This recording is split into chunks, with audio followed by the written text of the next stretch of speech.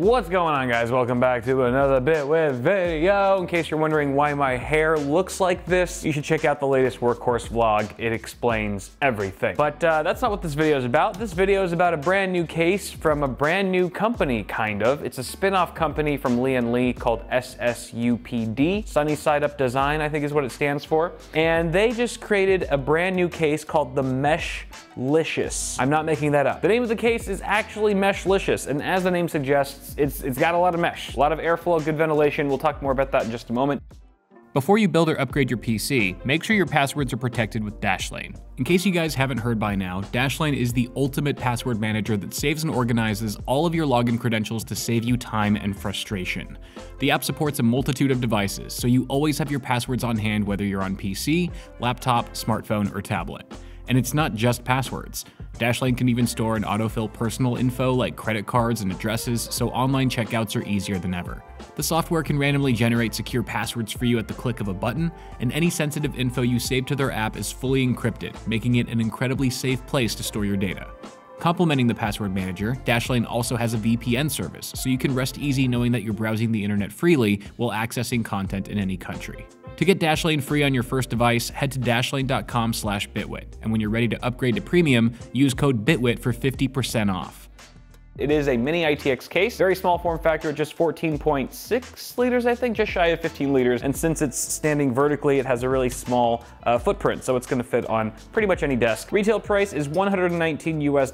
It comes included with a PCIe Gen 3 riser cable, but if you wanted to opt for a PCIe Gen 4 cable instead, you can pay an additional $50, and that'll be compatible with PCIe Gen 4 graphics cards like the RTX 3000 series from NVIDIA. Taking a quick tour of the outside, we've got a mesh top panel with a very nice clicky power button, one USB 3.0 Type A port, and a USB 3.1 Gen 2 Type C port. This panel pops off with the nice push pin design, as do all the panels on this case, so it's really easy to get in and out. We also have a front panel that's all mesh, and here we have support for up to a 240 or a 280 millimeter radiator, which is not the type of liquid cooling support you typically find in a case that's just under 15 liters in volume. It's a nice metal frame as well, as you can see. On the left side, we have our only tempered glass panel, which you can buy replacement panels. You can buy another mesh panel if you wanted to make this side mesh too. I think it's like 30 bucks or something for another one of the mesh panels, just like the one that you see on this side. Likewise, you could also buy another glass panel and put it on the other side as well. Then you're taking away some of that ventilation, and it's no longer meshlicious, it's more like glasslicious, which doesn't sound as cool. But before I talk about what's going on in here, let's take a look at this side. This is the right side of the case. Another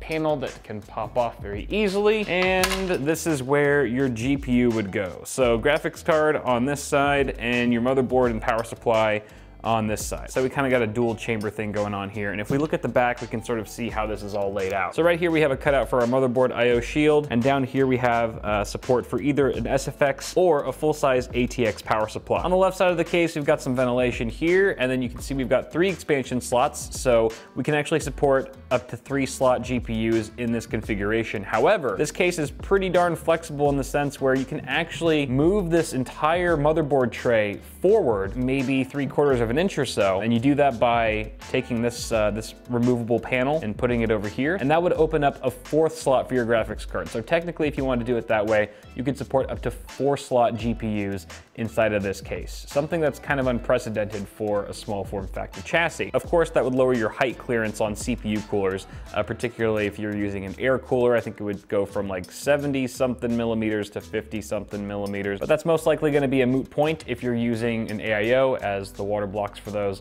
are typically pretty low profile to begin with. One thing to point out here that I just kind of noticed is that if you move the motherboard tray forward, then it looks like you could only use an SFX PSU at that point. You just won't have enough clearance for a full-size ATX unit. So something to bear in mind there. But another cool thing about this case, if we look at the GPU compartment here, is that you can mount your graphics card one of 2 ways. So horizontally like this, but that does limit you to smaller form factor GPUs. You can see that this is already a pretty miniature one, this GTX 1070 Mini from Gigabyte. And and we're already almost out of clearance, assuming, you know, we're gonna put like an AIO radiator and fan at the front. Conversely, you can actually mount the GPU vertically as well. You can see these two bars, bar and bar, they kind of have your GPU resting on it like so. You can screw it down right there. Obviously, you'd still be using a riser cable so that it could connect to the motherboard on the other side. But here you can see that you have a lot more clearance for GPU length here. So something like an RTX 3080 Founders Edition should be able to fit just fine, and like with plenty of room to spare. One thing to point out is that if you are gonna be using the the horizontal GPU mounting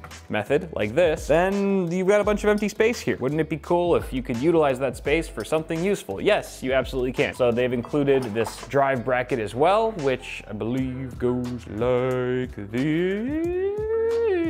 Woo, woo, woo. So it pretty much mounts to the case like this, and then you can kind of like mount or hang the drives from the top there, and you can support up to 2 3.5-inch drives or up to 4 2.5-inch SSDs. So there's the quick rundown of how the case works and what it can do. Honestly, like when you look at it, it's pretty unassuming. You're just like, oh, it's a shoebox with some panels on it. You know, you slap the hardware in, and yeah, in a sense, it's exactly that. But the way that they've designed it is really well thought out, and the level of flexibility in terms of just being able to cram a lot of full-size hardware in here. I mean, a 280mm radiator and a 4-slot GPU. This is all stuff that we just haven't really seen in a case this size before. So I'm pretty excited to build it today. We're not gonna max it out in terms of crazy large hardware or anything. I've kind of just routed up some parts that I had lying around, but we'll have a pretty good idea of how the build process goes in this thing as we go along. I'm just gonna go ahead and start putting things together. We've got an X570 Aorus Wi-Fi, is that what it's called? X570i Aorus Pro Wi-Fi, forgive me. It's Pro, it's a Pro board, not just a gamer board, but it's professional. I'm gonna go ahead and slot in our Ryzen 7 3800 XT. I actually don't have any, well, I do have a Ryzen 5900X that I could put in here, but I'm gonna save that for another project I have coming up. We've got 16 gigs of Corsair Vengeance LPX, DDR4 3000 speed. It should be 3200, but it's just for the video, that's fine. And this guy too. But since I actually just pulled this board from a different build, I already have some SSDs installed. There's an RD400 under here, under this heatsink. That's 250 gig, I believe, that we're booting off of. And there's a 1 terabyte RD400 from Toshiba at the back as well. So those are already installed, which means we can go ahead and install the pump block for our AIO, Corsair H100i. So this is just a 240mm radiator that we're gonna be slapping into this case. All right, this guy needs a back plate first. Let me go ahead and mount this in. All right, now we're ready for a little thermal paste action. It's kind of a funky line. And down we go. Latch on one side, get the other now. Come on, do your thing. Tighten it down. Oh yeah. All right, now we can go ahead and mount our motherboard and the radiator inside the case. In we go. 4 pre-installed standoffs. Very nice. All right, now for the radiator. Let's see how easily this fits in. Oh, there's plenty of space. It's very roomy. It's a very spacious interior, so as small as this case is, it doesn't really feel super cramped when you're working with larger hardware. That's what she said. It looks like we can just tuck our hoses right at the top of the case. There's nothing really interfering in this area, so it's kind of just a nice natural pocket for them right there. You know, while I'm here, I might as well plug in our front panel connectors as well. Again, we've got USB 3.0, USB 3.1 Gen 2 Type-C, and we also have power switch, hard drive LED, and power LED. All right, now I'm gonna go for the power supply, and it looks like the SFX adapter bracket is already pre-installed, so I'm gonna go ahead and remove that with 1, 2, looks like 4 easy screws. Dropping it in. Nice and easy, look at that. Plenty of clearance for our cables as well. This is a non-modular power supply, and it looks like we have, yeah, we'll have plenty of room here. Oh, you know what? I just realized I made 2 mistakes here. For one, this power supply fan should be facing the other way, because this is the only side of the case, remember, that has a tempered glass side panel, and this would totally suffocate our power supply if we mounted it that way. The other thing is that I should really install the riser cable. The riser cable needs to go in first before the power supply does. Otherwise, it's gonna be covering up this generous cutout, and it'll also be covering up our mounting points to actually mount the other end of this riser cable too. So let's drop this guy in here, click, then, yep, that lines up perfectly. All right, riser cable installed. Now we can install the power supply. Okay, let me plug some cables in here. Before that, this video was brought to you by eWow. eWow is a new social platform for gaming and hardware enthusiasts. It's a chill place to connect with your fellow geek brethren, whether you're talking about gaming or commiserating about GPU scalpers, with the potential to win huge prizes in the process. For early birds, use the limited code listed here to get verified and start posting today. Best of luck to everyone who enters on this up-and-coming platform. Now on with the video. All right, this side of the case is pretty much taken care of. We've got the motherboard assembly, our radiator and fans, as well as the power supply all installed. And we pretty much just have the GPU left to go. One thing I forgot to mention earlier is that you can fit a number of 2.5-inch drives at the very bottom of the case as well. So if you're using that in tandem with the drive tray that's included, you can fit up to 7 2.5-inch drives in this case. And so far it's looking pretty good. Cable management is, you know, in a small form factor build like this, it's not gonna be super neat and tidy. I did the best I could. You can see I routed the 24 pin kind of on the side here, so it's sort of out of the way, as well as the 8-pin EPS cable for our CPU that was routed to the side as well and underneath the riser cable, so that's actually pretty hidden. It looks a lot nicer than if I just went straight across the motherboard in a hideous fashion. Couldn't really do much with this. These are the cables coming from the water block connecting to our radiator fans. Had I flipped these fans so that the cables were coming from the other side, then it would look a lot cleaner, but then you'd still see it on the GPU side. So again, you do what you can, but overall it doesn't look too bad actually. So all we have left at this point is the graphics card. We don't have to install any more drives. They're mounted straight to the motherboard, which a couple things to note actually. Now that we've got most of the build complete, I'm starting to realize some things. So for instance, if you have an SSD, an M.2 SSD mounted behind your motherboard, some motherboards will have an M.2 slot, just like this one right behind the board, then you want to bear in mind that it's probably going to get warm, particularly if you're mounting a discrete graphics card in a vertical orientation, because our RTX 3070 here is going to go like that, and that's pretty much covering the drive completely. Alternatively, if we were using a horizontally mounted GPU, then you can see we've actually got a bit of clearance there. It's not completely blocking the SSD. It's hardly blocking it at all. So temperatures are probably going to be a lot better in this orientation. So something to bear in mind here, you probably want to monitor your SSD temperatures closely if you're going to be mounting a drive behind your motherboard while installing a graphics card vertically that completely covers up that drive. Also, the power supply. Remember I said, oh, we got this generous cutout you know, for your fan. I wasn't really thinking, well, this is where the graphics card's going to go, again, if we're mounting in a vertical orientation. So that pretty much covers up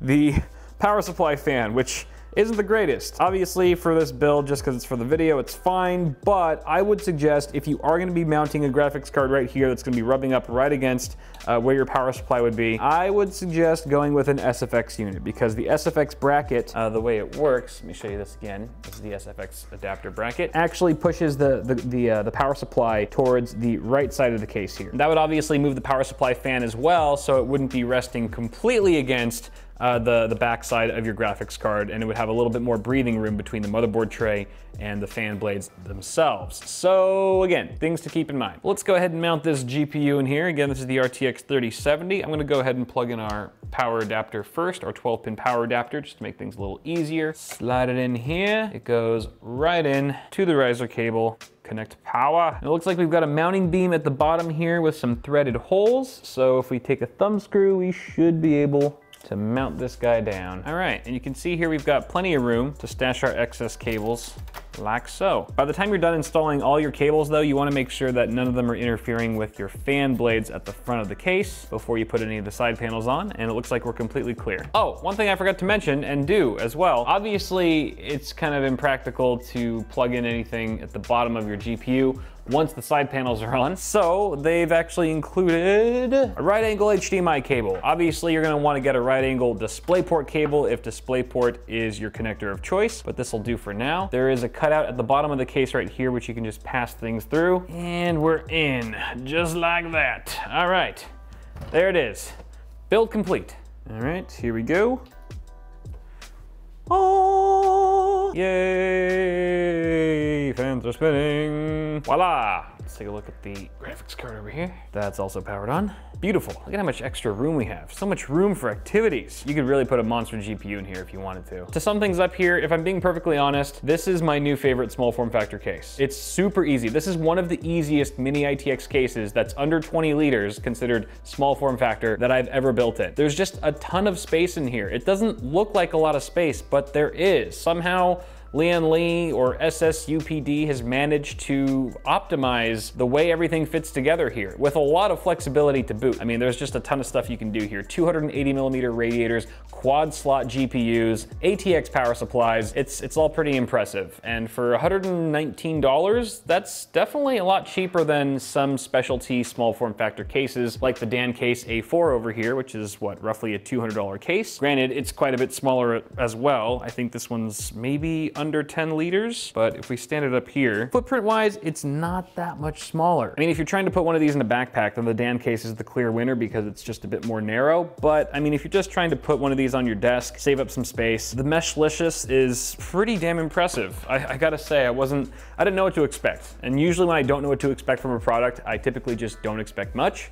because let's face it, most products out there aren't super impressive, but this one is. The price is right, it fits a ton of hardware, and it's compact as hell. Like I said, this is a spin-off brand from Lian Li, so this isn't exactly this company's first rodeo when it comes to making cases. Even Lian Li has some small form factor Mini ITX chassis under their belt by now, but nothing quite like this. And I gotta say, I'm a huge fan. You guys let me know what you think though. That's gonna do it for now, guys. Subscribe to the channel if you haven't yet, and toss a like on this video if you enjoyed it. Let me know what you think of my haircut too. Again, go ahead and check out that workhorse vlog if you missed it. It's a lot of fun, but I'm gonna get the hell out of here, guys, so have a good one. I will see y'all in the next video. Pew!